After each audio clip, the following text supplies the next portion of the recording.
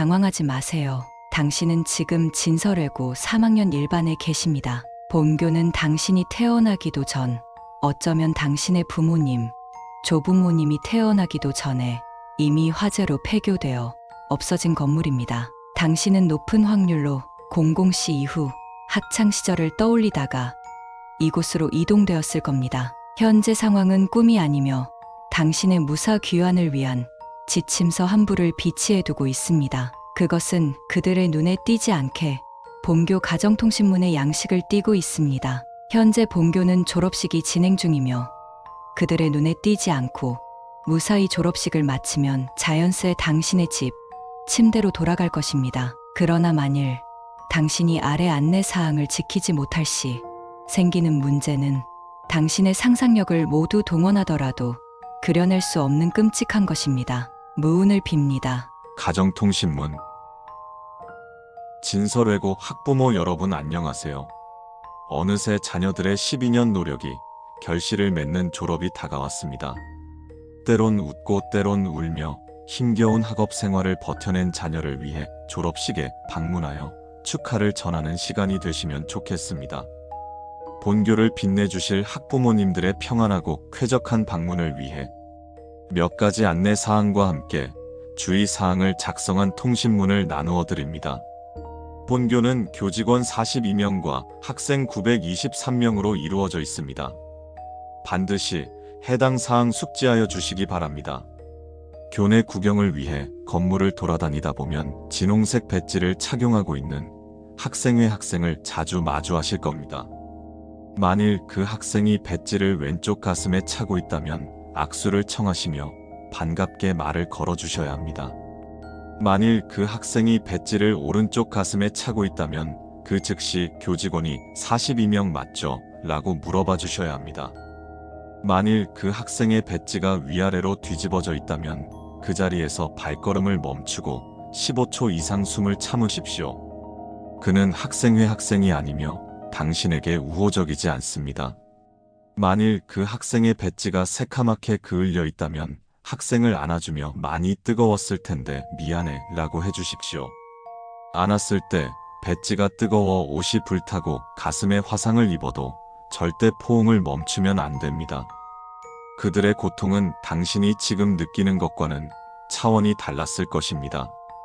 그가 감사합니다 라고 할 때까지 안아주십시오. 학급 사물함 21번 칸을 여십시오. 꽃다발이 있을 것입니다. 만약 꽃이 시들어 있다면 그것을 챙겨서는 안 됩니다. 꽃다발은 당신이 졸업식에 방문한 학부모라는 것을 나타내는 중요한 것입니다. 3학년 1반에서 나오게 되면 졸업식이 진행될 5층 대강당으로 이동하셔야 합니다. 현재 위치는 4층입니다. 본교는 학생들의 원활한 외국어 수업을 위한 원어민 선생님 3분이 계십니다. 주황색 긴 머리의 스페인어과 리사 선생님, 파란색 안경을 끼신 일본어과 하야키 선생님, 서류철을 들고 계신 중국어과 웬샤 선생님.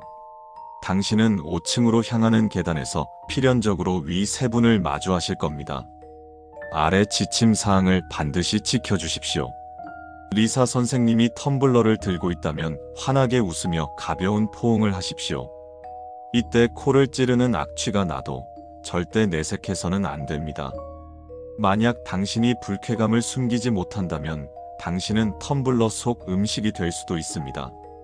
하야키 선생님이 안경을 닫고 있다면 선생님의 뺨을 최대한 세게 때리십시오. 선생님은 당황하거나 화내시지 않을 것이며 곧 아무 일 없다는 듯 안경을 끼실 겁니다. 하야키 선생님이 안경을 닫고 있지 않다면 제가 안경 닦아드릴까요? 라고 여쭤보십시오. 돌아오는 대답에 따라 행동하십시오. 웬샤 선생님은 외국어 학생부장 선생님이십니다. 예를 갖추어 허리 숙여 인사하십시오. 이때 선생님이 네 안녕하세요 라고 하실 때까지 절대 허리를 들어 올리면 안 됩니다. 당신이 일찍 허리를 들어 올려 마주하는 얼굴은 아마 사람의 얼굴이 아닐 것입니다. 웬샤 선생님이 서류철을 당신에게 넘겨주며 잠깐만 들어줄래요? 라고 부탁한다면 그것에 절대로 응해서는 안 됩니다. 서류철은 당신의 손을 태울 것입니다. 당신은 5층에 도착하였습니다. 계단 옆 소방함을 열어 졸업 앨범을 챙기십시오. 그것이 피에 젖어 있거나 알 수 없는 끔찍한 표지 사진이 있어도 반드시 그것을 챙기셔야 합니다. 지니고 있는 동안 미묘한 두통을 느낄 수 있으나 이는 일시적입니다. 대강당 입구에 도착하면 청록색 배지를 착용한 홍보부 학생이 있을 것입니다. 반드시 당신의 좌석을 안내해달라고 하십시오. 본교 졸업식은 지정석이 있으며 당신이 타인의 좌석에 앉는다면 그 즉시 의자 밑으로 빨려 들어갈 것입니다. 졸업식이 진행되는 동안 홍보부 학생들이 좌석을 돌아다니며 강당 무대는 어떠신가요? 라고 물을 겁니다. 이때 당신은 반드시 그들의 머리를 쓰다듬으며 무대 꾸미느라 고생 많았어요 라고 칭찬해야 합니다. 졸업식이 종료되면 한 학생이 당신에게 다가와 아빠 또는 엄마, 우리 오늘 뭐 먹어? 라고 물어볼 것입니다. 이때는 조금 전에 챙긴 졸업 앨범을 건네주며 졸업 축하해. 이제 뜨거운 곳에서 있지 마 라고 해주십시오. 만일 그 학생이 다가와 나 몸이 너무 뜨거워 도와줘 라고 한다면 그 즉시 있는 힘껏 졸업 앨범을 학생의 어깨너머로 던지고 대강당을 뛰쳐나오십시오. 당신이 나오자마자 대강당은 불길에 휩싸일 것입니다. 이제 집에 갈 시간입니다. 5층부터 1층까지는 5층 중앙에 위치한 엘리베이터를 통해 이동이 가능합니다. 엘리베이터를 탑승했을 때 거울을 바라보며 거기 있는 거 알아, 나와도 돼 라고 말해주셔야 합니다. 그들은 당신의 목소리를 따라 거울 안에서 넘어올 것입니다. 엘리베이터를 통해 1층에 도착했다면 운동장으로 나와 하얀색 소나타를 찾아 탑승하셔야 합니다. 본교를 방문한 학부모님들이 많아 차를 찾는 데에 오래 걸리겠지만 절대 3분 이상 지체하면 안 됩니다. 3분이 넘어가면 운동장의 모든 차들이 동시에 경적을 울리며 당신을 향해 달려들 것입니다. 하얀색 소나타를 탑승하여 차량 계기판을 확인해 주십시오. 아래는 주행거리에 따른 안내 지침입니다. 주행거리가 0km라면 당신은 무사히 집에 갈 수 있습니다. 주행거리가 3만 km라면 당신은 신속해야 합니다. 브레이크는 생각에서 빼십시오. 당신이 정문을 빠져나가는 동안 당신의 차량 뒤에는 수백, 어쩌면 수천의 그것들이 당신에게 날아들 것입니다. 한 명이라도 당신의 차와 접촉한다면 그 즉시 차량은 폭발하며 집으로 돌아갈 수 없습니다. 주행거리가 5만 km라면 좌석 및 라이터를 주어 좌석에 불을 지르십시오. 그들은 자신과 같은 입장의 사람들에게는 적대적이지 않습니다. 피부가 타들어가고 몸이 녹아내려도 참으셔야 합니다. 어느 순간 고통은 없어질 것이며 자연스레 당신의 집으로 이동될 겁니다. 정문을 나갈 때에는 반드시 경비 선생님께 인사하십시오. 그는 주차증을 요구하지 않습니다. 본 가정통신문은 쉼표를 사용하지 않습니다. 만일 쉼표가 있는 항목을 발견하셨을 경우 절대로 그것을 따르시면 안 됩니다. 그것은 그들이 당신을 찾기 위해 만들어낸 함정입니다.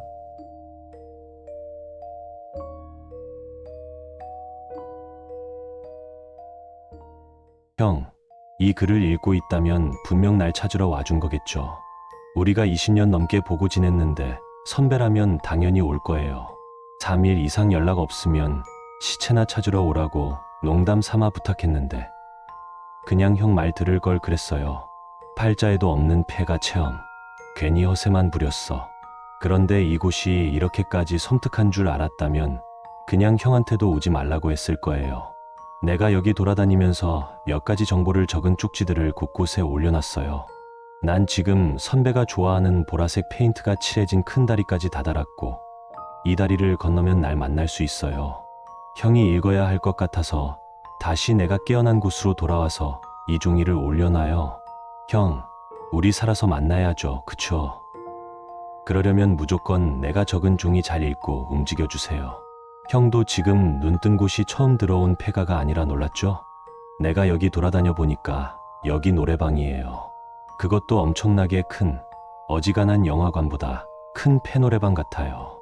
지금 형이 눈 뜬 곳은 4번 방일 거예요. 문 위에 사라고 쓰여진 표지판 보이죠? 그럼 형이 누워있던 의자 밑에 손전등 하나가 있을 거예요. 배터리 표시 보면 10% 정도 남아있을 텐데 출구까지는 충분히 쓸 수 있으니까 걱정 말아요. 난 선배 꼭 만나고 싶어요. 방에서 나오면 우선 손전등은 켜지 마요. 내가 손전등을 써야 하는 타이밍을 알려줄 테니 그 이외의 때에는 절대 손전등 쓰면 안 돼요. 형은 모르겠지만 그것들은 불빛에 극도로 적대적이니까요. 방에서 나오면 맞은편에 8번 방이 있죠. 만약 그 방에 선배랑 똑같은 빨간색 옷을 입은 남자가 마이크를 잡고 앉아 있다면 아무리 무섭게 생겼어도 절대 무시하고 지나치면 안 돼요. 선배는 그 방에 들어가서 마이크를 뺏어야 돼요. 그 마이크 안에 건전지가 손전등 건전지거든요.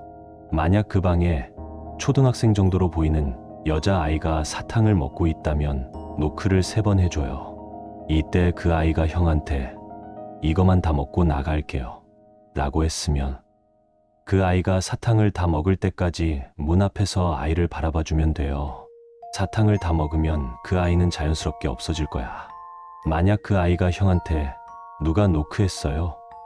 라고 무뚝뚝하게 말한다면 손전등으로 아이를 비춰요. 이 행동은 최대한 빠르게 해야 돼요. 그것들은 아직은 주변에 없으니 불빛 걱정은 하지 마요. 8번 방을 잘 해결했으면 이제 1번 방으로 가줘요. 거기에 또 쪽지 올려놨어요. 여기는 유일하게 CCTV가 없는 방이에요. 지금 있는 곳은 별관이고 이 건물 출구는 본관에 있어요. 형은 여기서 그들에게 들키지 않게 분장을 해야 돼요. 노래방 기계 밑에 서랍 있죠? 만약 서랍 안에 검은색 액체가 담긴 물병 하나가 있다면 그걸 선배의 입에 머금고 마셔줘요. 엄청 쓰고 비릿해도 절대 뱉으면 안 돼요. 참고 끝까지 마시면 그것들은 선배를 인지하지 못할 거예요. 만약 서랍 안에 빨간색 액체가 담긴 물병 하나가 있다면 형은 그걸 피부 위에 구석구석 발라야 돼요. 살색이 안 보일 때까지 발라야 되니까 이 점 꼭 알아둬요. 혹시라도 정말 혹시라도 물병이 없고 작은 칼 하나가 있다면 형은 빨간 액체 대신 형 피로 위 행동을 대신해야 해요. 아프고 쓰라려도 절대 소리 내면 안 돼요. 이제 방에서 나와서 복도를 따라 쭉 걸어와요. 걷는 동안 여기저기 제 목소리가 들릴 거고 어떨 땐 제 모습이 보이기도 할 거예요. 저도 형이 계속 절 데려가려고 했었거든요. 근데 이거 사람 아니에요. 아, 맞다. 만약 걷다가 눈이 없는 장발 남자를 보게 되면 무조건 선배가 먼저 말 걸어줘야 돼요. 본관 출구까지 안내를 해주실 수 있나요? 라고 그러면 그 남자는 선배 손을 잡고 안내를 해줄 거예요. 그 남자는 선배를 본관 출구까지 데려가주는 고마운 존재예요. 별관 출구에 다다랐으면 아마 거울 하나가 있을 텐데 여기서 형은 빨간 액체나 피가 피부를 완전히 다 가렸는지 다시 한번 확인해 주셔야 해요. 다시 한번 말하지만 그것들은 형의 피부색을 보고 판단할 거예요. 혹시라도 거울을 볼 때 점점 거울이 깨진다면 선배는 바로 눈을 감고 가만히 있어야 돼요. 무언가 선배를 거울로 잡아당기는 느낌이 들어도 저항하면 안 돼요. 이건 일시적이니까 곧 사라질 거예요. 이제 별관 출구 문을 열면 눈앞에 계단이 있을 거예요. 만약 계단이 형이 싫어하는 보라색이면 2번째 계단 위에서 눈을 감고 가볍게 기도를 해주셔야 해요. 그러고 나면 하얀 철문이 보일 때까지 계단을 오르면 돼요. 만약 계단이 검은색이면 무조건 왼발부터 계단을 올라야 돼요. 만약 발을 틀린다면 누군가 형 발목을 잡는 느낌이 들 텐데 우리는 다시 만날 수 없을 거예요. 만약 계단이 진한 파란색이면 선배는 무조건 뒤도 돌아보지 말고 도망쳐야 돼요. 다시 별관 출구를 열고 거울 밑에 웅크려서 앉아 있어요. 곧 내가 구하러 갈 테니까 저 믿고 기다려줘요. 다음 쪽지는 철문 앞에 내려놓을게요. 철문을 열면 이제 본관이에요. 문을 열기 전에 형은 손전등을 켠 상태로 들어와야 돼요. 그리고 내가 끄라고 할 때 무조건 불 꺼야 돼요. 무조건이야. 본관에 들어오면 문 바로 옆 카운터에 여자 하나가 있을 거예요. 만약 그 여자가 웃으면서 형을 바라보고 있다면 바로 손전등을 끄고 고개를 숙여서 바닥을 쳐다봐요. 조금이라도 늦으면 그 미소는 아마 귀까지 찢어질 거고 형은 그 입 안에 있는 게 뭔지 두 눈으로 확인하게 될 거예요. 고개 숙이고 있다 보면 그 여자는 형한테 본관에는 흡연실이 없습니다. 흡연은 옥상을 이용해 주세요. 라고 안내해 줄 거예요. 만약 그 여자가 무표정으로 선배를 바라보고 있다면 눈을 마주보고 옥상이 어디죠? 라고 물어봐야 돼요.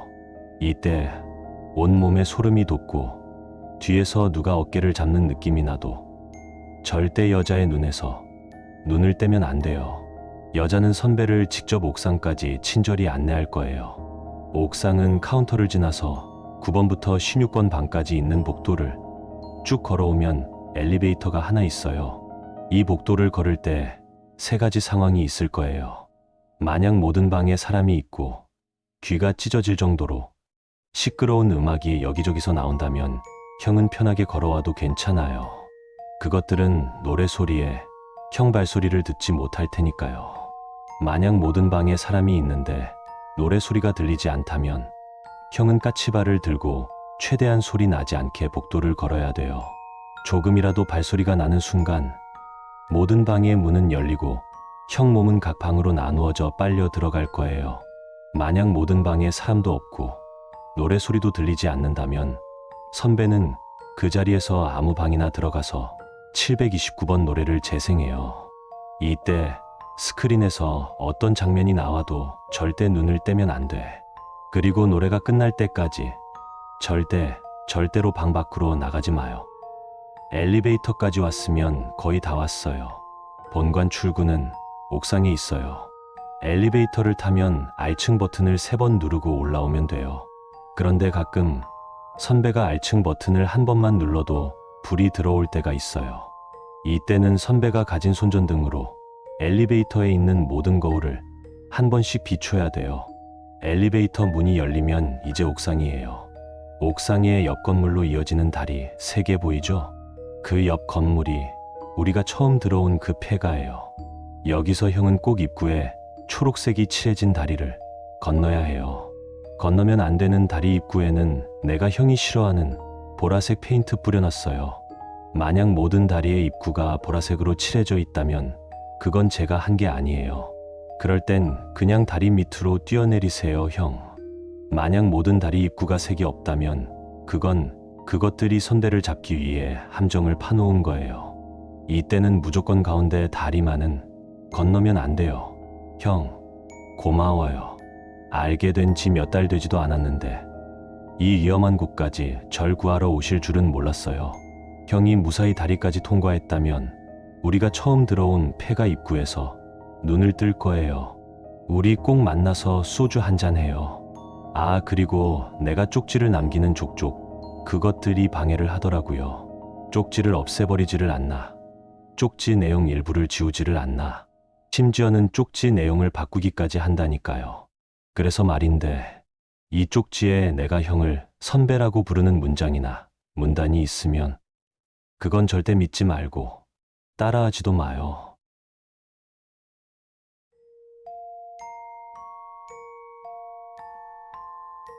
어떤 책은 맛볼 만하고 어떤 책은 삼켜버릴 만하다. 그리고 극히 일부는 잘게 씹어 소화시킬 만하다. 시를 써보아라. 아버지는 내게 그렇게 말했다. 우리의 삶은 결국 한 줄의 작은 글귀로 이루어진단다, 아들아. 누군가는 단어로, 누군가는 문장으로, 누군가는 이야기로서 인생을 만들어가겠지만 결국은 우리는 글귀일 뿐이야. 아버지의 표정은 항상 그렇듯 애매하지만 행복해 보이는 웃음을 띠고 있었다. 그러나 오늘만큼은 확실하지 않았다.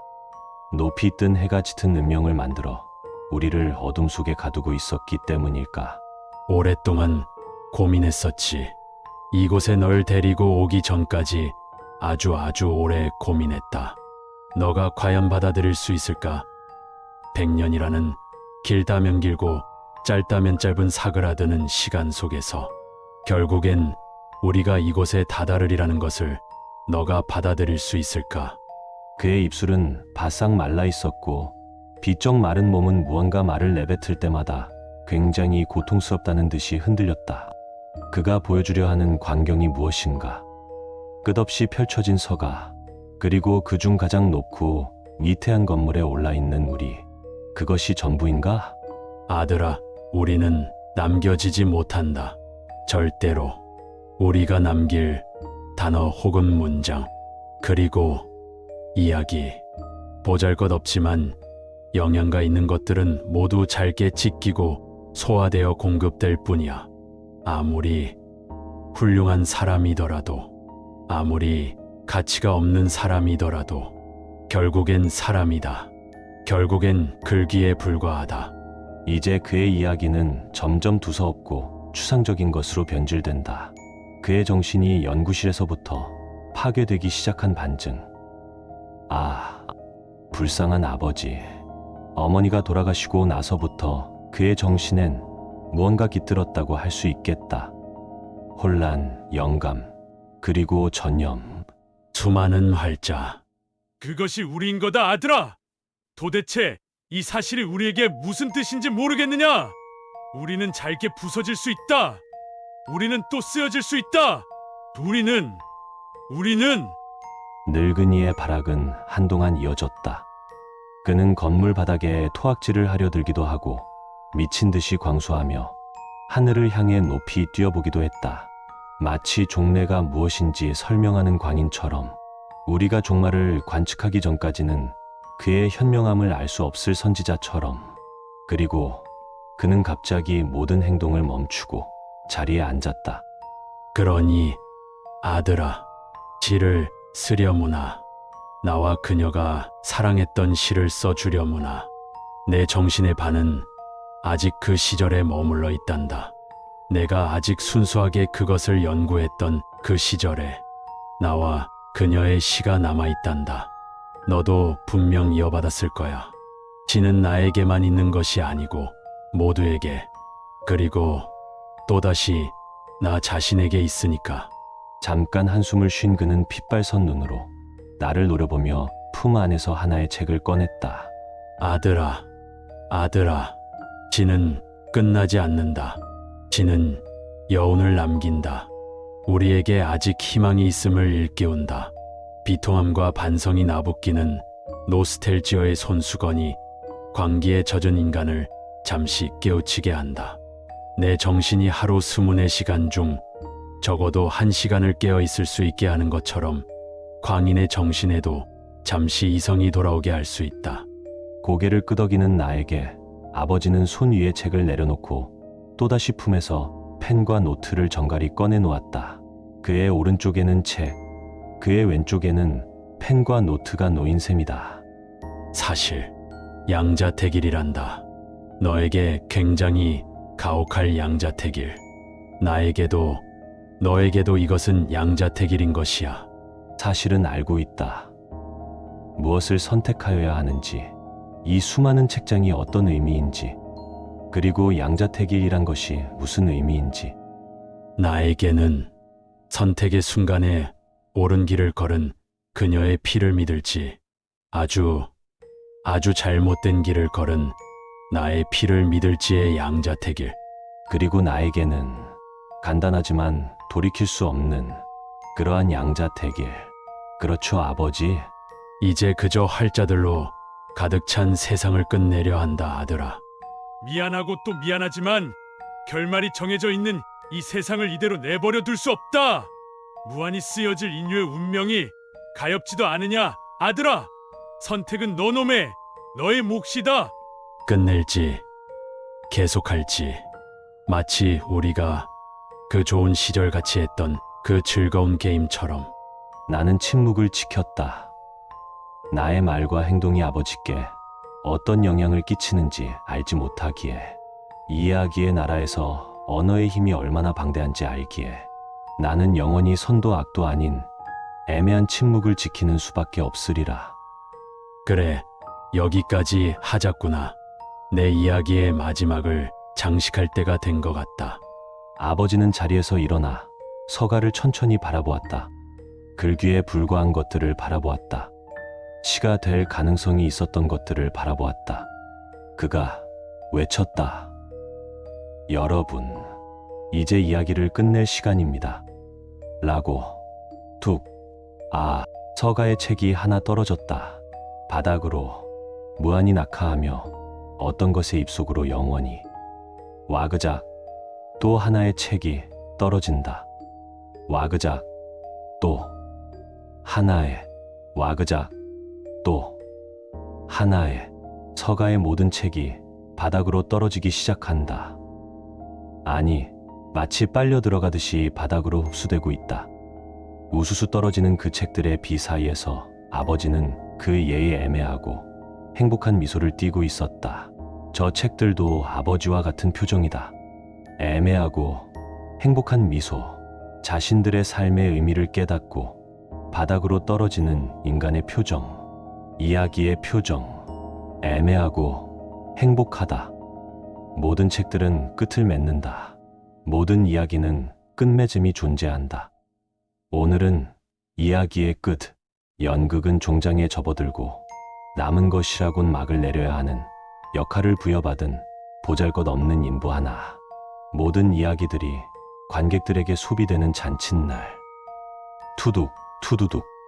그리고 마지막으로 툭. 모든 책들이 떨어진 한적하고 조용한 서가 앞에서 그를 지켜보던 아버지는 정말 천천히 바닥으로 뛰어내렸다. 아, 그 마지막 순간에 아버지란 이름의 각본가는 무엇을 원했던 것일까? 엔딩, 종막, 끝. 그곳에 다다른 각본가와 한 아이의 아버지는 커다란 욕망을 마지막 장에 남기고 떠났다. 한쪽은 내 마지막 선택을 보고 싶다는 그 높디 높은 이상적 욕망을, 나머지 한쪽은 내가 걱정되어 떠나고 싶지 않다는 그 저열한 삶의 욕망을. 떠나보낸 그의 목소리가 들리는 듯 했다. 그러니 시를 써보아라. 모든 책들이 떨어진 서가 그 의미 없는 공간의 가장 높은 곳에서 시가 될 수도 이야기가 될 수도 있는 나 자신은 아버지가 남기고 간 두 선택지를 조용히 지켜보았다. 한쪽은 노트와 펜, 다른 한쪽은 하나의 책. 아버지의 품에서 나온 책이자 광기와 전념의 발현지. 그 책의 제목은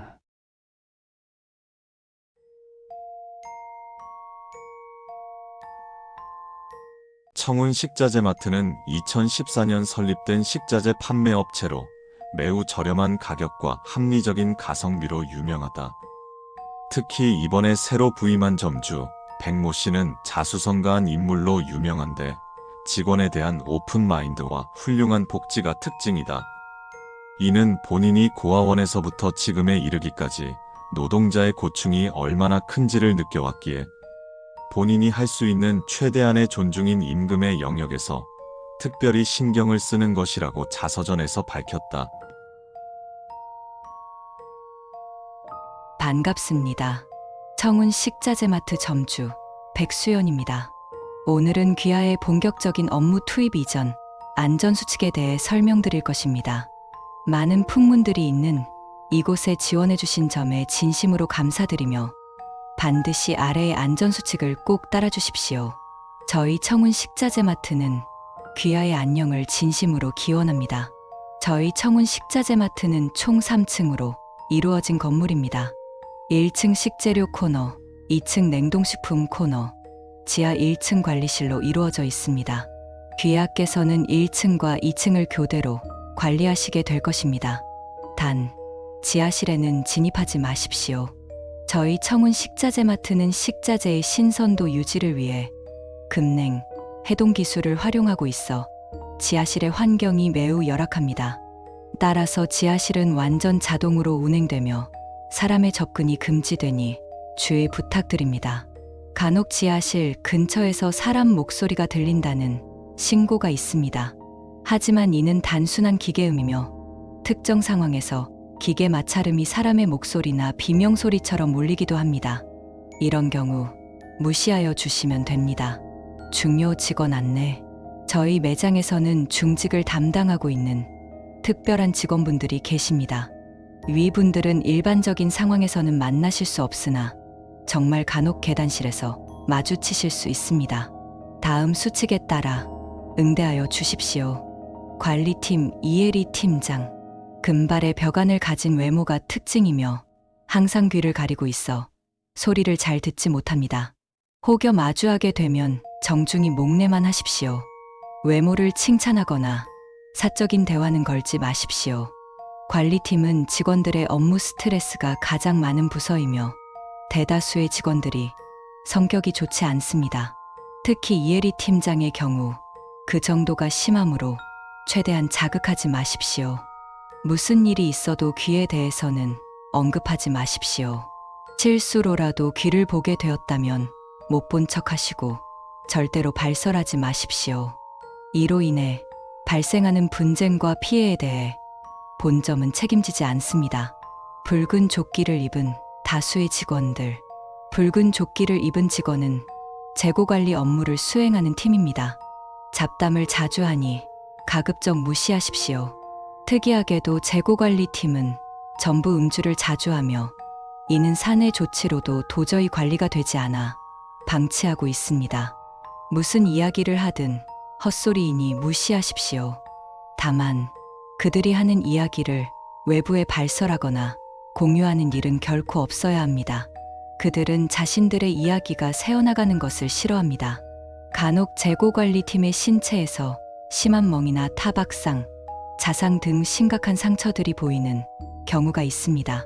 술을 마시고 그들끼리 난동을 부렸을 뿐이니 괜히 휘말리지 않도록 최대한 멀어지십시오.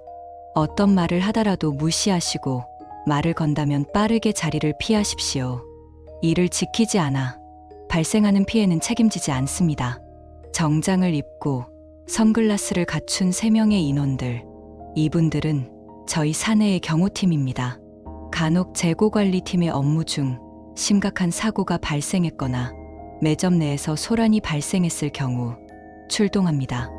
예의를 차리지만 상대의 태도는 신경 쓰지 않으니 무례하게 행동해도 큰 문제는 없으나 기본적인 매너는 지켜주십시오. 간혹 경호팀이 재고관리 인원들을 데리고 나갈 때가 있습니다. 이는 상술한 심각한 사고가 발생하여 상해를 입은 재고관리팀을 병원으로 후송하는 것이므로 힘든 일을 맡아주시는 경호팀에게 점잖게 목례를 해주십시오. 다만 환자들의 상처나 상태가 얼마나 심각한지에 대해서는 언급하지 마십시오. 그들은 본인들의 업무를 방해하는 사람들을 싫어합니다. 계단 안내. 중요한 일이 아닌 경우 계단을 이용하지 마십시오. 특히 손님의 출입은 엄격히 금지되고 있습니다. 또한 계단을 이용하시더라도 지하로는 절대 내려가지 마시고 1층의 왼쪽 문으로 나가 주십시오. 오른쪽 문은 다른 상가의 창고이므로 도둑으로 오해받을 수 있으니 절대로 개방하지 마시기 바랍니다. 간혹 지하실이나 1층 오른쪽 문에서 절박하게 살려달라거나 도와달라는 외침이 들리는 경우가 있습니다. 이 경우 옆에 있는 비상 버튼을 눌러 경호팀을 호출하시고 계단에서 벗어나십시오. 경호팀이 난동이나 사고를 수습하고 피해자들을 빠르게 후송할 것입니다. 간혹 착시로 인해 2층 위로도 계단실이 보인다는 이야기가 있습니다. 이 경우에는 문을 열지 마시고 바로 계단에서 나오십시오. 간혹 계단에서 벗어나는 일이 두렵게 느껴지거나 갑자기 엄청난 위화감이 느껴지는 경우가 있습니다. 이 경우 즉시 비상 버튼을 눌러 경호팀을 호출하시고 자리에 앉아 눈과 귀를 막고 1분간 심호흡하십시오. 계단에 울리는 기계실의 초고주파 소음으로 인한 공황장애 현상일 수 있습니다. 이 증상이 나타났을 경우 그날은 반차를 쓰시고 병원에서 진료를 받으십시오. 의료비는 본점이 부담해 드리겠습니다. 모든 계단 문에는 부적이 붙어 있습니다. 사적인 이야기지만 저희 어머니께서 미신을 믿으십니다. 부적으로 소음의 외부 유출을 막을 수 있다고 생각하셔서 붙여놓은 것이니 절대로 떼지 말아주세요. 제가 어머니께 혼나면 부적을 떼신 분께 불이익이 갈 수 있어요. 알겠죠? 절대로 떼지 말아주세요. 이건 사적인 부탁이니 꼭 지켜주세요. 만에 하나 부적이 훼손되거나 바닥에 떨어져 있는 것을 보았다면 즉시 계단 문을 닫고 저에게 연락해 주세요. 어머니께 들키지 않게 제가 후딱 붙여놓을 테니 직원분께서는 다른 곳에서 업무를 진행하시면 됩니다. 여기까지입니다. 어때요? 간단한 수칙들이죠? 이것들만 잘 지켜주시면 아무런 문제 없이 저희 청운 식자재 마트에서 높은 급여를 받으며 근무하실 수 있습니다. 그럼 앞으로 잘 부탁드립니다.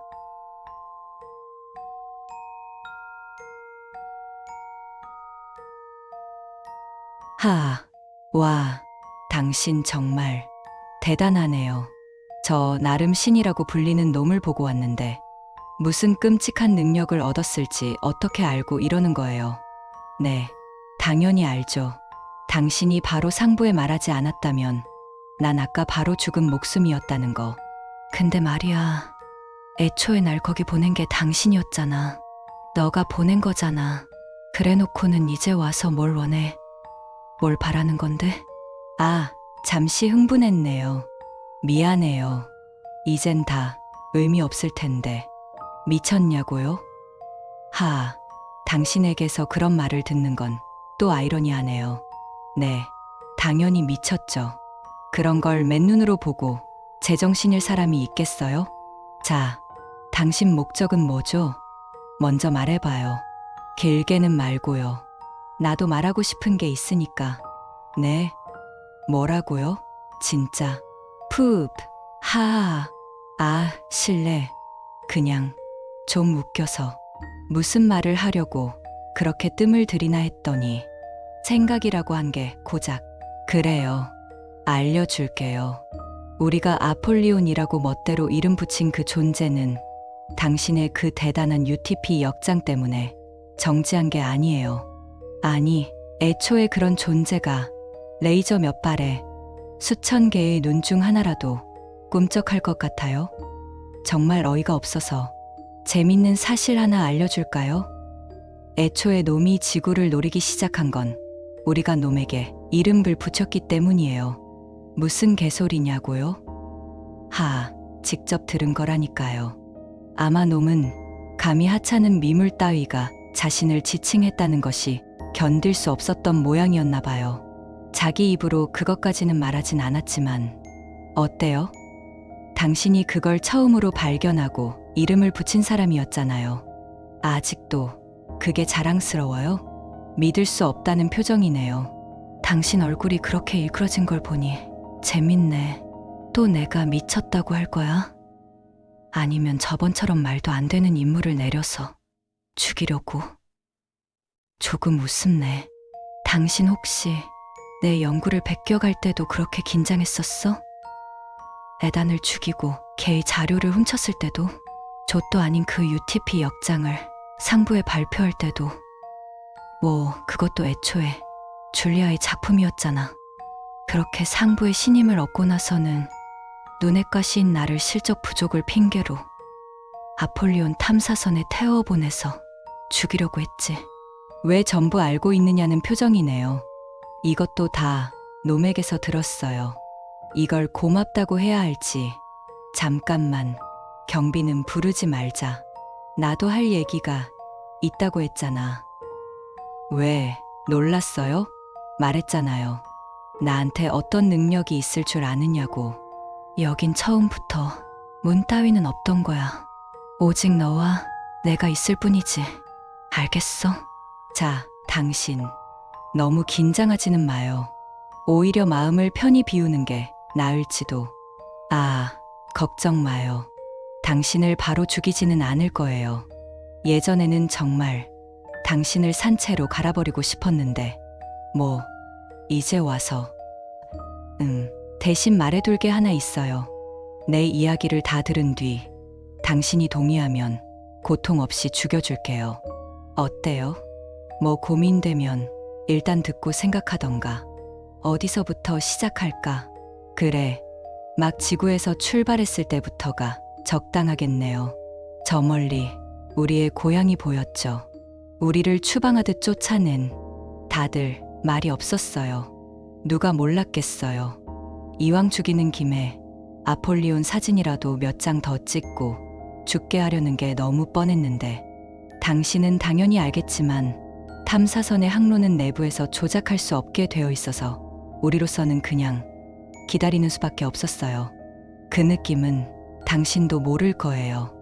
얌전히 죽음을 기다리는 그 기분은 도살장에 끌려가는 돼지가 공감된다고 해야 할까요?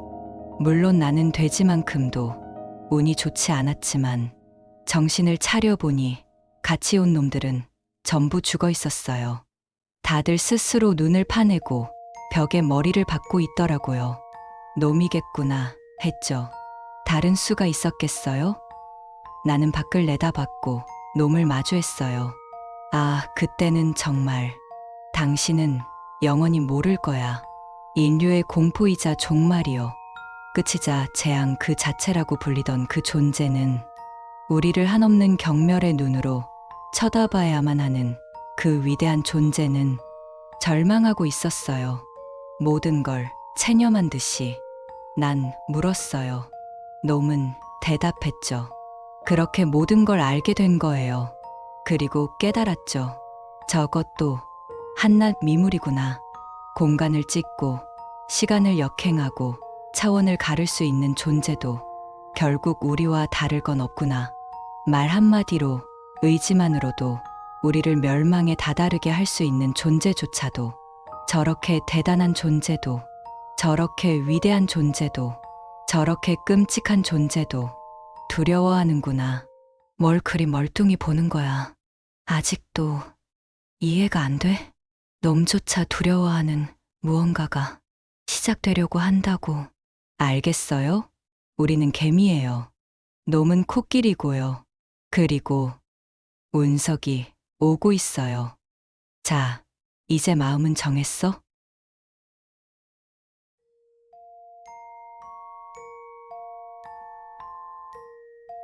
하, 이거 쓰기까지 몇 번이나 고민했는지 모르겠다.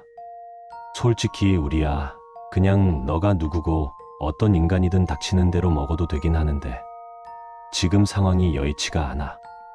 너 이곳에서 나갈 수 있을지는 우리 맘이기도 하고, 어차피 인간들도 대충 알고 있을 테니까 간단히 말하자면 우리도 통제하기 어려웠던 최정예 팀인 은견팀이 괴멸당해서 굉장히 혼란스러운 상태야.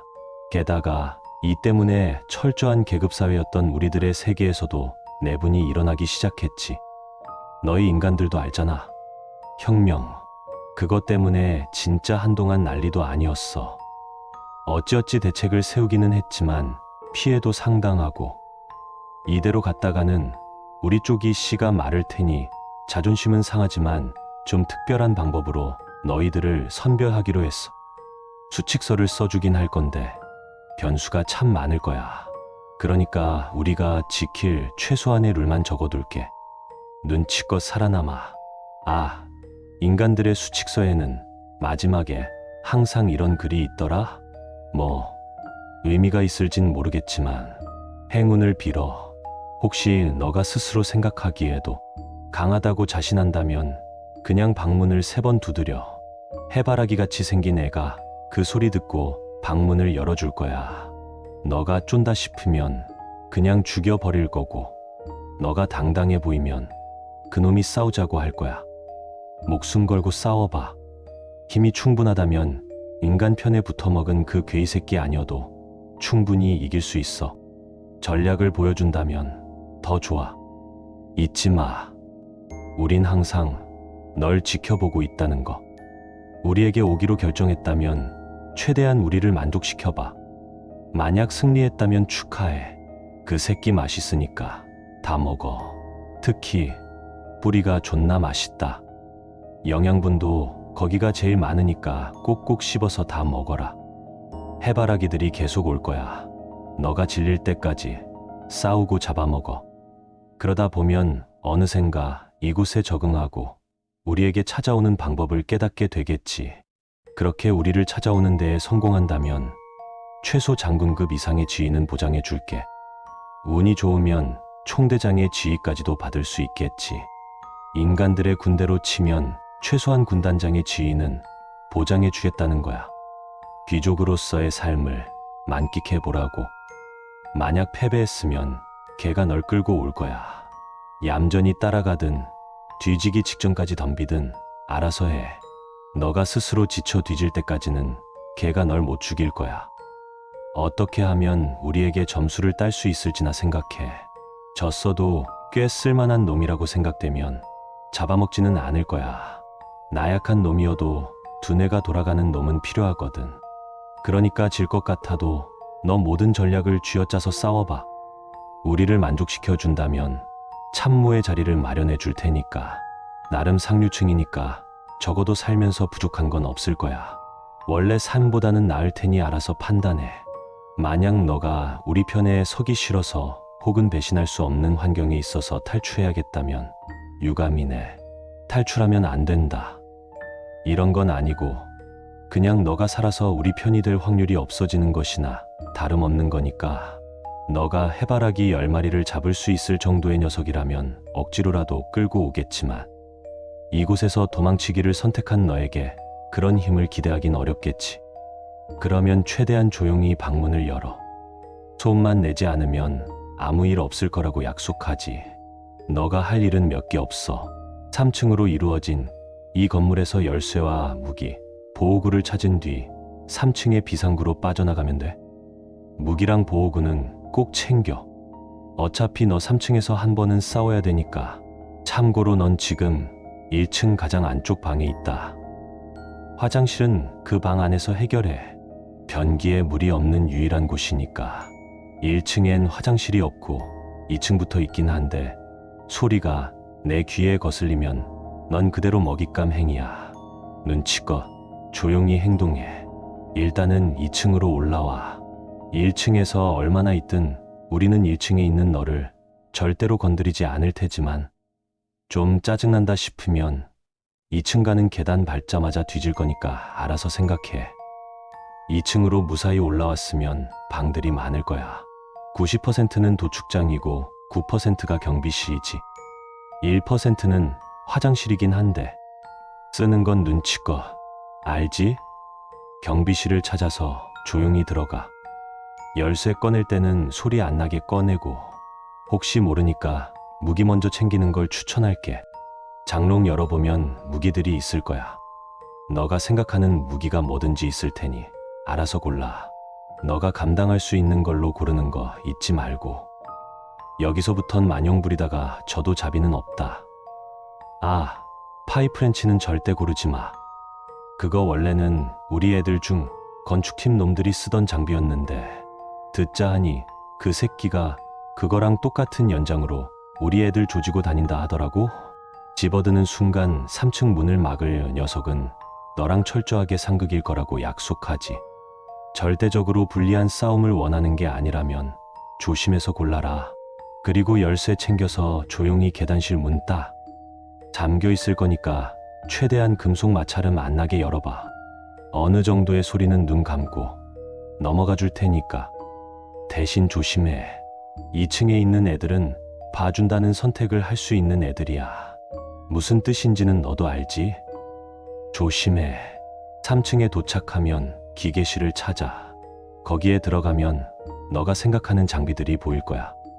너가 생각하기에 가장 너 몸에 맞는 걸로 골라서 입어. 아, 맨몸으로 싸우는 건 비추. 그 새끼를 떠올리게 하지는 마. 장비 골랐으면 남은 일은 하나야. 너희가 아는 장미. 근데 이빨이 있고 꽃이 사람 대가리만한 장미가 있을 거야. 장미의 재질은 랜덤이야. 평범한 식물일 수도, 짐승의 피륙일 수도, 금속 재질일 수도 있지. 너가 우리 심기를 얼마나 건드렸느냐에 따라 결정되니까. 아무리 때려도 흠집 하나 안 나면 너 선택이나 행동이 우릴 귀찮게 만든 거야. 겸허히 받아들여. 너가 할 수 있는 건 그것뿐이야. 장미를 잡았구나. 축하해. 아쉽다. 너 정도면 우리한테도 꽤나 도움이 됐을 텐데. 혹시나 지금이라도 우리 편이 되어서 좋은 삶을 만끽하고 싶다면 비상구 문을 3번 두드리고 들어가. 문 밖에 있는 건 지구가 아닐 거야. 좋은 결정을 해준 너를 위해 축하 파티를 열어줄게. 어떤 장미를 이겼느냐에 따라 총대장의 자리까지 기대해도 좋아. 뭐가 됐든 인간 출신이었다고 차별받는 일은 없을 거야. 허접한 지구에서의 삶에서는 꿈조차 꿀 수 없었던 귀족의 삶을 만끽해 보라고. 하지만 굳이 나가겠다면 여기까지 온 이상 말리진 않을게. 아무리 우리가 손 하나가 급한 상황이어도 약속을 어길 만큼 추한 놈들은 아니거든. 문 열고 밖으로 나가면 너 집일 거야. 가방 하나가 놓여져 있을 텐데 안심해. 좋은 쇼를 보여준 것에 대한 최소한의 성의니까 면접비라고 생각하고 받아. 많으면 억대의 돈도 있겠지만 너가 우리 편이 되기를 선택했을 때 느낄 호사스러운 삶에 비하면 하찮은 돈이지. 마지막 기회야. 금액이 마음에 안 들면 문 닫지 말고 그냥 다시 들어와. 성대한 파티를 열어주지. 장군급 같은 최고위층의 삶은 아니어도 연봉도 세면서 나름 상류층의 삶을 살 수 있는 자리로 배치해 줄게. 문을 닫는 순간 더 이상의 선택권은 없어. 우리는 현실로 돌아가 버린 너에게까지 손을 뻗을 수 있는 상황이 못 되니까 현명하게 선택하길 바라. 그럼 슬슬 시작해야지. 최고의 쇼를 보여주길 기대할게.